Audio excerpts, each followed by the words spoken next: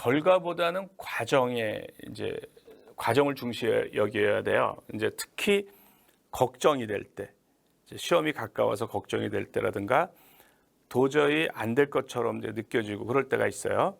뭐 어려운 프로젝트, 뭐 어려운 시험 이제 그랬을 때 진인사 대천명, 그러니까 나는 최선을 다하고 결과는 하늘의 뜻에 맡긴다, 이런 기분으로 하는 거가 가장 좋아요. 그래야 몰입이 돼요. 이제 걱정이 되면 몰입이 안 될 뿐만 아니라 이제 우리 두뇌 효율이 낮아지는데 거기 관련된 제가 기사를 하나 소개할게요. 이게 이제 2011년 11월에 이제 조선비지에 소개된 기사인데, 시험에 대해 심한 스트레스를 받으면 뇌 전두엽의 작업기업 영역, 여기서 이게 붉은색 부분이죠. 영상의 붉은색 부분, 작업기억의 영역이 미리 작동을 해요. 이러면 정작 시험을 치를 때는 작업기억의 용량이 부족해진다. 그러니까 우리가 시험을 치를 때 그 쓰는 기억이 작업기억인데 걱정을 하면 이게 작업기억의 용량을 잡아먹어요. 그러니까 실제 시험을 볼 때 내 실력을 발휘할 수 있는 능력은 아주 줄어들어 버리는 거예요. 그러니까 걱정을 하는 거는 굉장히 비효율적인 거예요. 이건 이제 그 불안감이 이제 시험 점수에 미치는 영향을 이제 연구한 내용인데, 뇌에서 불안감 비워라. 미 시카고대의 심리학자인 시안 베일록 교수는 20명의 대학생에게 2차례 간단한 수학 시험을 치르게 했다. 1차 시험 때는 별다른 부담 없이 최선을 다하라고만 했다. 2차 시험에선 먼저 2그룹으로 나누고 2그룹 모두에게 시험에 대한 부담감을 느끼도록 만들었다. 그러니까 똑같은 종류의 시험이 문제예요. 그런데 이제 1차는 부담감 없이 보게 하고 2차는 부담감을 주는 거예요. 어떻게 주냐면, 즉 성적이 좋은 그룹에는 상금이 있으며 개인의 성적이 해당 그룹의 전체 평점에 영향을 미친다고 말했다. 아울러 시험 과정은 영상으로 기록되며 수학 교수가 나중에 꼼꼼히 답안지를 채점할 것이라고 했다. 그래서 이제 부담을 준 거죠. 그리고 이걸 또 2그룹으로 나눠요. 그런데 한 그룹에겐 시험 직전 10분간 조용히 앉아 있게 하고, 이러면 이제 계속 이제 불안한 상태가 됩니다.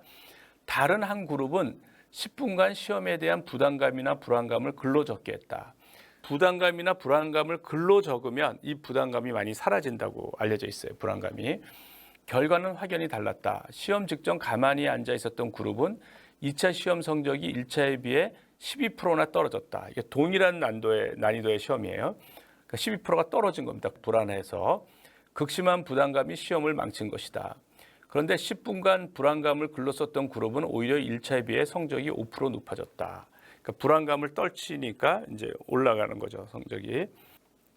고교생을 대상으로 한 실험에서도 시험 직전 10분간 불안감을 글로 쓴 그룹은 평균 성적이 B+였지만 시험과 상관없는 내용을 쓴 그룹은 B-를 기록했다.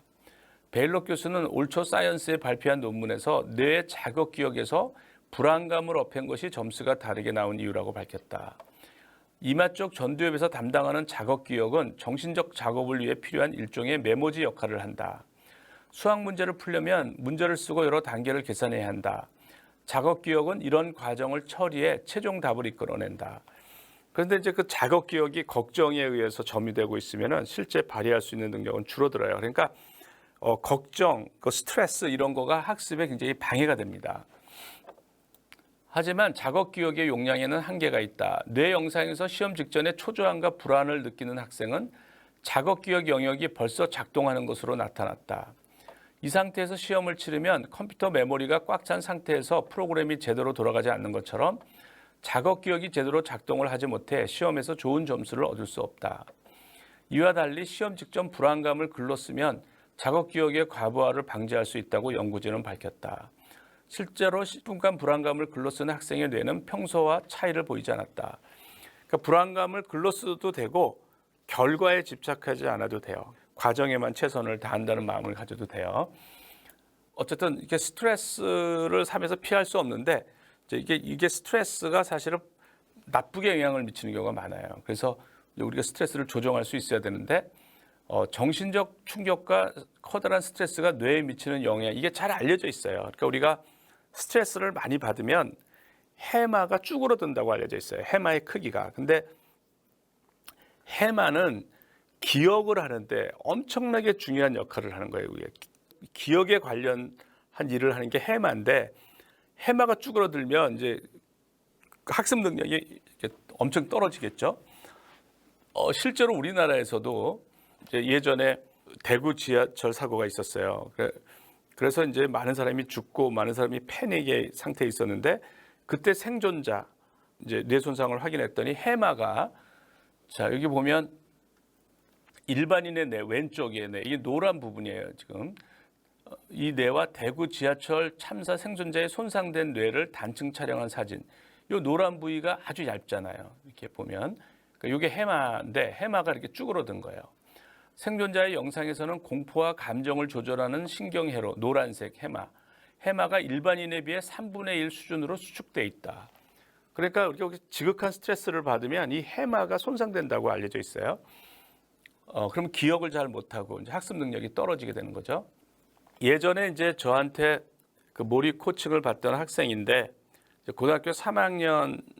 그래서 몰입을 잘하고 뭐 행복하게 공부를 하고 있다가 이 학생이 이제 중간고사가 다가오는데 이제 그 중간고사가 그 내신에 반영이 된대요. 그러니까 이제 입시나 다름없으니까 이 학생이 이제 스트레스를 받더라고요. 그래서 제가 이제 스트레스를 받으면 오히려 몰입이 잘 안 되니까 이제 결과에 집착하지 말고 과정에만 최선을 다해라 한 건데 이거 여기 2013년 4월 22일인데 이제 시험이 일주일 앞으로 다가왔어요. 4월 30일부터 5월 2일까지 중간고사를 치게 돼요. 총 8과목이라고 말씀드렸잖아요. 지금 일주일 남아서 하루에 한 과목씩 풀로 공부하고 있어요. 그래서 이제 이 학생한테 제가 시험이라고 특별하게 생각하지 말고 이번 시험 기회에 이 부분을 확실하게 하겠다. 또는 이번 시험에 몰입을 잘 적용하여 1초도 쉬지 않고 공부를 해보자라고 생각하기 바랍니다. 건성으로 넘어가면 몰입이 잘 안 되니까 하나하나 꼼꼼하게 소화하고 이해해 나가야 합니다. 이제 이렇게 보내줬어요. 답장을. 그래서 이제 이렇게 한 거예요. 이 학생이. 이게 2013년 4월 29일 날 이제 보낸 거예요. 교수님 내일부터 시험이에요. 교수님이 가르쳐 주신 대로 시험 공부를 했는데 정말 너무 재밌어서 일주일에 3시간밖에 없는 기숙사 자유 시간에도 교과서를 읽었어요. 일단 내일부터 3일간 시험 친 후에 다시 자세히 연락드릴게요. 시험이 다가왔다 스트레스를 받는 게 아니라 과정에만 최선을 다해서 몰입을 하는 거예요. 이게 이제 시험 끝나고입니다. 목요일에 시험이 끝났어요. 진짜 이번 시험 성적이 잘 나와서 너무 기뻐요. 특히 열심히 몰입했던 과목들이 잘 나왔어요. 수학도 1등 했고 화학도 2등 했어요. 1등일 있었는데 마킹 실수를 했거든요. 암기 과목인 국사, 정보, 일본어도 만점에 가까운 점수를 받았어요. 근데 제가 아직도 긴장 풀고 공부하는 법을 제대로 못 익힌 것 같아요. 목 근육이 너무 아파서 병원에 갔는데 긴장해서 그렇다고 하더라고요. 그러니까 학생들이 이렇게 이완을 하라고 해도 그 이완을 잘 못해요. 자신도 모르게 어디가 긴장이 돼 있고 그래요. 슬로우 싱킹을 하는 거가 얘기를 해도 잘 못합니다. 그게 어디인가는 이제 긴장을 하고 있어요. 어느 수능 준비생인데 이 학생이 재수생인데 이제 슬럼프가 왔다고 저한테 메일이 왔어요. 그런데 요즘 슬럼프가 온 것 같습니다. 공부를 하는데 계속 잡념만 들고 이전에 풀리던 문제들이 이상하게 안 풀리고 기억이 나질 않는 것 같습니다. 계속 문제 풀이를 했는데 풀면 풀수록 틀린 개수가 늘어나고 불안감은 더욱더 커지기 시작했고 결국 동기부여까지 흔들리며 주위 상황을 탓하기 시작하고 이렇게 공부하면 이번 연도 대학을 갈 수 있다라는 마음도 사라지고 이렇게 공부하면 이번 연도에 대학을 못 가겠다는 생각이 들었습니다. 급기야 내년에 또 해야 하나 하면서 공부가 손에 잡히질 않습니다. 이전에 느꼈던 공부에 대한 재미도 갑자기 사라져 버렸습니다. 더 이상 공부가 손에 잡히지 않자 예전에 읽었던 책 공부하는 힘을 잃고 내가 공부 방법에 문제가 있다는 것을 깨닫게 되었습니다. 시간이 없고 근무지에 쫓기며 공부를 하다 보니 슬로우 싱킹을 건너뛰고 기계적으로 문제를 풀어내고 이전에 사고하면서 공부하는 습관들이 온데간데 없어진 것입니다. 이제 쭉 이랬어요. 그래서 제가 이제 이 학생한테 이제 보내준 이메일이에요. 수능을 준비하더라도 오로지 점수를 높이려는 것에 목표를 두지 말고, 그러니까 결과에 집착하지 말라는 겁니다. 수능 공부를 통하여 내 머리를 발달시키고 이해하는 힘, 생각하는 힘, 응용하는 힘, 그리고 인내하고 실천하는 힘 등을 발달시키는 것을 목표하면 됩니다. 공부하는 힘에 소개된 수험생을 위한 10가지 방법을 빠뜨리지 말고 말 그대로 실천하면 많은 도움이 됩니다. 지금은 제가 이제 공부하는 일 말고 슬로우 싱킹이라는 책을 이제 출간했는데 그 책이 더 도움이 됩니다. 그래서 지금은 제가 슬로우 싱킹에 소개된 그 수험생을 위한 11가지 실천 방법을 실천하라고 얘기를 해요. 이제 이 학생이 이제 저거를 실천한 거예요. 교수님 지금 너무 행복합니다. 교수님이 말씀하신 대로 머리를 발달시키고 이해하는 힘, 생각하는 힘, 응용하는 힘 이것들을 마음에 두고서 수학 교과서를 읽기 시작했습니다. 그런데 이전에 알았던 것이 당연한 것들로 되고 이게 그거였구나, 이 말이 그 말이었구나 이러면서 황홀하게 너무 행복합니다. 지금 호도법에 대해 공부했는데 처음에 교과서를 읽어도 무슨 말인지 몰라서 써보고 계속 생각해보고 무슨 말이야 도대체 무슨 말을 하는 거야 하면서 계속 말을 통째로 외울 때까지 계속 생각했습니다. 그런데 아쉽게도 파악이 안 돼서 인터넷 강의를 봤는데 역시나 한 번에 이해가 안 가더군요. 그래서 계속 반복해서 들었습니다. 선생님이 설명해 주신 걸 계속 이해하려고 계속 들었습니다. 쓰면서 그러더니 어느 순간부터 선생님의 말이 하나씩 한마디씩 머릿속에 꽂히기 시작했습니다. 그때였어요. 껍질이 하나씩 까지는 깨우쳐지는 것이 저를 너무 행복하게 만듭니다. 행복을 주체할 수가 없습니다. 이전까지 참고 인내하고 살아왔던 자신감, 무언가가 막 끓기 시작합니다. 얼굴도 빨개지고 자신감이 무지무지 넘칩니다. 이런 거예요. 그러니까 결과에 집착하지 말고 과정에 최선을 다하는 거죠.